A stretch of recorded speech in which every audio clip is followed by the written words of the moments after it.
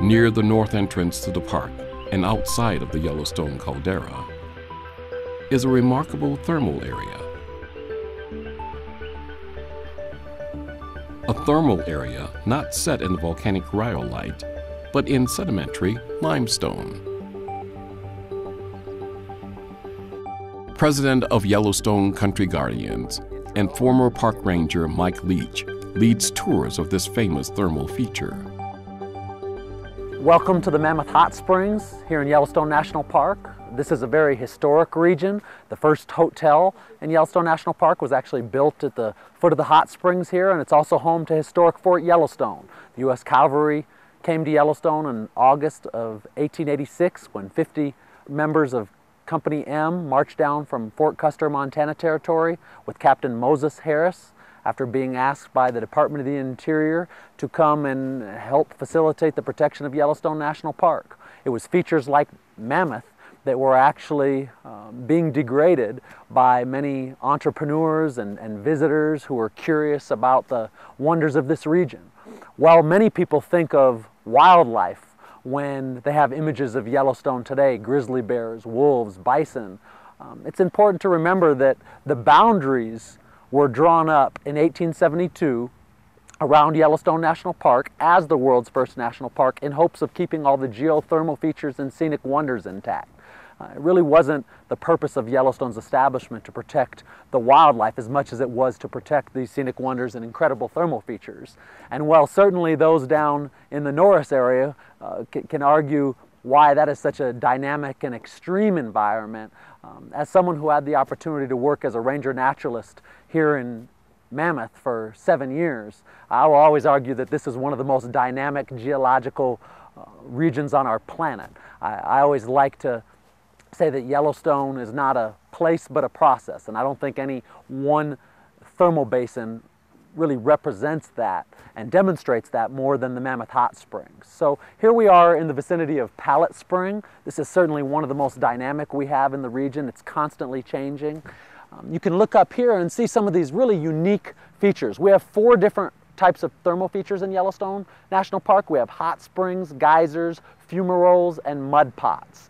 All you're going to see here at Mammoth are the hot springs, but they're some of the most spectacular hot springs that this world has to offer. While there's over 10,000 thermal features in Yellowstone National Park, Mammoth, and in particular Pallet, is certainly one of the more well-known. So if you look up top, you'll see where the water comes out of the vent, and as that flows over, you get a feature that we like to call a pulpit, and then hanging off of that pulpit, you'll see stalactites or fluted columns, much like you'd see in a cave. And many people like to describe this as an inside-out cave that changes very rapidly. And then you'll get those unique cascading features, and when there's something trying to displace the flow of the water, like one of these trees, often you'll start to get the buildup of a terrace formation, those stair-step like wedding cake style formations that makes this area so unique. And then you'll get down into here and you'll get some of these really interesting mini terraces or scalloping effects. But let's talk a little bit about how this forms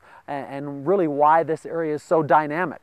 If you were to look up here at Mount Everts, Mount Everts was once underwater approximately 60 to 120 million years ago. This region was largely sculpted by the Absaroka volcanic period that was about 50 million years ago. But roughly 60 to 120 million years ago, there was an inland ocean here in this region. And when that ocean receded, it left fossils, shells, and crustaceans that formed a layer of limestone over 1,000 feet thick. We're sitting on a hot spot here in Yellowstone. And the definition of a hot spot is a plume of magma very close to the Earth's surface. Where most people throughout North America live, that magma will be 21 to 50 miles beneath the Earth's surface. Here it's 3 to 7 miles beneath the Earth's surface, beneath the crust. And so that's what creates all this dynamic thermal activity here. We have a lot of snow. You can see anytime you visit Yellowstone, it's smart to bring an umbrella and some rain gear and certainly some warm clothes, because we're at over 6,500 feet in elevation right now, and much of the Yellowstone Plateau is at over 7,000 feet in elevation, and so the weather can change drastically. But we have a lot of snowfall. In fact, we're sitting at about 226% of our annual snowfall in the upper Yellowstone River drainage. And while most of that snow will work its way into the river systems, and we'll get spring runoff, and we'll have this scouring effect of this region's most powerful erosive process, which is the water, the rivers coursing throughout this region. Some of that will work its way to the groundwater. So in this region, where you have the several most likely streams and channels working their way through the limestone, that water is heated up by the magma. And when that magma heats the water wants to rise.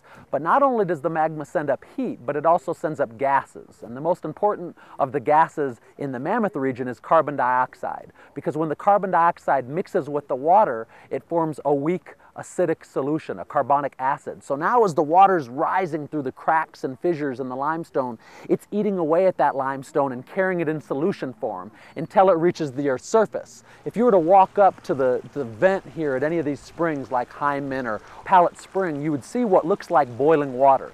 The boiling temperature at this elevation is approximately 199 degrees. The higher in elevation, the lower the temperature in terms of your boiling point. So what you're seeing up there is actually gases being released. You'll smell a little of that hydrogen sulfide. We certainly don't have the concentration of hydrogen sulfide you'd see throughout some of the other thermal areas, the geyser basins, where they have a compact center, where rhyolite is the bedrock. Thus a presence of sulfur and hydrogen sulfide, but the carbon dioxide is released. Once the carbon dioxide is released, the bond is broken, and the water can no longer hold the limestone in solution form, and thus it precipitates out. So wherever you see water flowing here, it's actively precipitating limestone. We used to say that we could see a growth of about 8 to 12 inches in a one-year time period, but in my last year rangering here in 2007, we documented a growth at Pallet Spring of over 1 meter.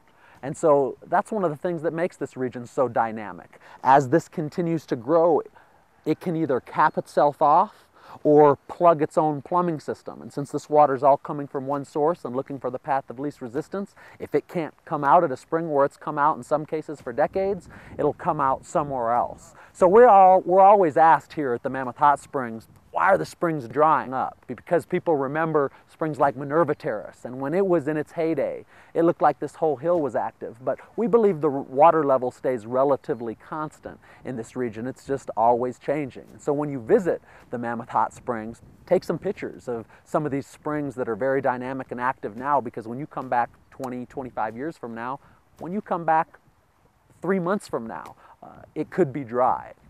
A dry area could be active. This was an area that was never active during my time from 2002 to 2007 working as a ranger up here. And so it just speaks to the dynamic nature of the Mammoth Hot Springs. The colors here are quite unique. When you travel around Yellowstone National Park and you visit the thermal areas, most of the colors you're going to see is similar to what you see here at Mammoth, but you'll also see a lot of iron oxides and minerals. The mineral here is calcium carbonate, or travertine. It's deposited limestone. That's the white and gray stuff. The gray stuff is the weathered limestone. But all the colors you're seeing here, the yellows, the oranges, the greens, they're what we call thermophiles. They're thermophilic, meaning heat-loving microorganisms, primarily bacteria and algae that need the heat and need the water to survive. And so you can see a lot about the dynamic nature of this region by looking at the colors, because typically the hotter the water, the lighter the colors. You can see the main runoff channels there are white. There's most likely organisms living in that water, but they're so microscopic we're not seeing their pigments. And then the further you get from that, you'll start to get into some of these darker colors, the algae, the browns, the greens. Another thing that's really dynamic about this Mammoth area is you can look at an area like you see right up here to the left where there's no water flowing, but there's color. If there's stark white rock with no water flowing, that typically tells you that there's been water flowing sometime in the last year to year and a half, because after about a year and a half the rock will begin to weather and turn gray. But if you see colors, what you're looking at there essentially are dead or dying thermophiles, because they need the heat, they need the water's not flowing there, and so you're looking at their pigment. And if you see that that pigment and it's bright, that can tell you that there's been water flowing sometime, most likely in the last 2 weeks. And so, you know, even as an amateur naturalist, you can come here to Yellowstone, visit the Mammoth Hot Springs, and certainly begin to experience the wonders of this incredibly dynamic area. And it really speaks to the enigmatic and mysterious heart of this wild landscape.